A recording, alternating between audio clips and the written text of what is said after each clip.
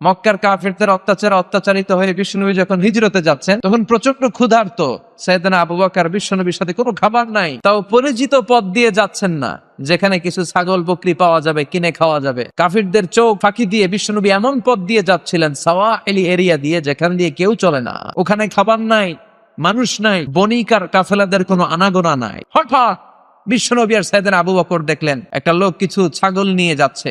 ওই ছাগলের ওলানের মধ্যে কোনো দুধ নাই, কারণ ওই ছাগির কোনো বাচ্চাও নাই। আচ্ছা, গরু বা ছাগলের যদি বাচ্চা না হয় ওইটার ওলান দিয়ে দুধ আসে? কথা বলেন, আসে না। বিশ্বনবী বললেন আমাকে একটু দুধ দাও।